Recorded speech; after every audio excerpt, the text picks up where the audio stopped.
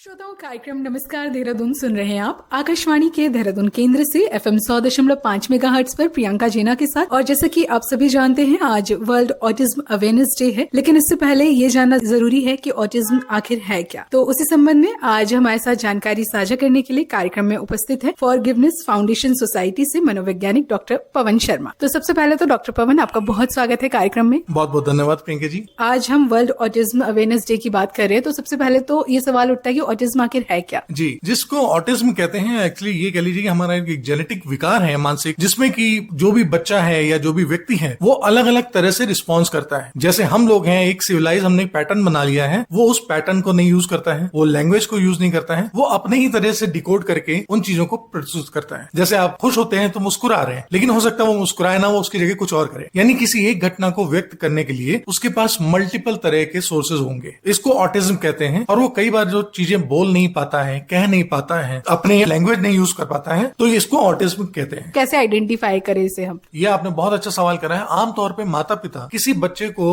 कई समय तक नहीं पहचान पाते हैं कि वो ऑटिज्म से पीड़ित है। इसका सबसे पहला सिम्टम ये है कि वो बच्चा बोलता नहीं है। और जब बोलता नहीं है तो हमारे यहाँ कहा जाता है बच्चे देर में बोलेंगे। कोई बात नहीं है, बच्चा देर में बोलेगा, लेकिन असल में बात यह होती है कि वो बोलता ही नहीं है। वो 6 महीने का हो जाएगा, 12 महीने का हो जाएगा, 1 साल का हो जाएगा, इवन 6 साल तक भी बच्चा नहीं बोल रहा है तो पेरेंट कई बार ये सोचते हैं देर से बोलेगा। लेकिन ये सबसे पहला साइन होता है कि वो बोल नहीं रहा है। और अगर बोल नहीं रहा है तो हमें चाहिए कि हम उसकी लैंग्वेज पे काम करें। अगर नहीं है तो सबसे पहले किसी एक्सपर्ट को दिखाएं, क्योंकि उसका ना बोलना यानी लैंग्वेज के आपके वर्ड को क्लियर ना करना, ये ही ऑटिज्म की सबसे पहली निशानी है।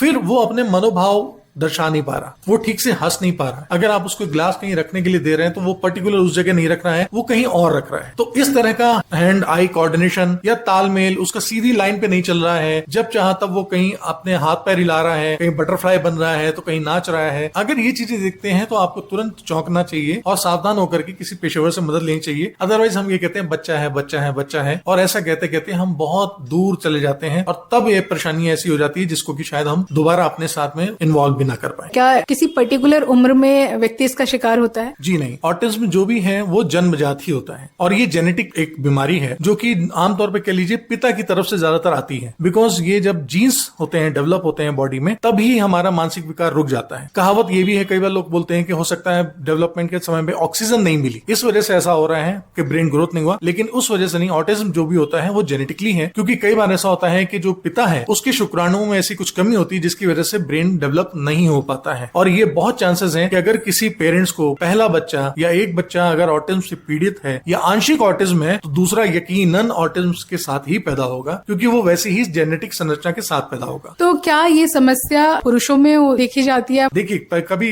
ये कहा जाता था कि ऑटिज्म ज्यादातर लड़कों में देखते हैं, लेकिन ऐसा नहीं है। ये समान होता है लड़के लड़कियों में। हाँ, क्योंकि हमारा परिवेश ऐसा है जहाँ पर लड़कियों को थोड़ा सा नजर ना मिलाना, शर्माना, कम बोलना, ऐसा परिवेश रखा जाता है। तो बहुत समय तक हम पता नहीं कर पाते थे कि ऑटिज्म लड़कियों को भी है, लेकिन आज ये समान रेट में रिपोर्ट हो रहा है। और ऑटिज्म के साथ ये भी दिक्कत है कि जब भी कभी ये होता है तो ये जीवन पर्यंत तक चलता है। इसके साथ हमें तालमेल बनाना पड़ता है। तो क्या अगर कोई व्यक्ति ऑटिज्म का शिकार हो गया है तो इसका निवारण, इसका उपचार है? उपचार नहीं है, इसके साथ ही जीवन जीना होता है। बस ये हम कह सकते हैं कि उस जीवन को बनाने के लिए ज्यादा सरल कर सकते हैं, और इसके लिए जागरूक होना पड़ता है माँ बाप को, उनके साथ रहने वाले शिक्षकों को या समाज को। क्योंकि जो ऑटिज्म से पीड़ित या ऑटिज्म से ग्रसित एक व्यक्ति है या बच्चा है, वो अपनी मनोदशाएं, मनोभावनाएं अलग ही तरीके से प्रकट करता है। उसको हमें समझना पड़ता है। आप ऐसे में ये कर सकते हैं कि उस ऑटिज्म से पीड़ित बच्चों को छोटे छोटे वाक्यों में आदेश दें, छोटे छोटे शब्दों में। लंबा वाक्य ना बोले क्योंकि वो भूल जाएगा, वो समझ नहीं पाएगा। अगर उससे दोहराने के लिए भी कुछ बात बोलते हैं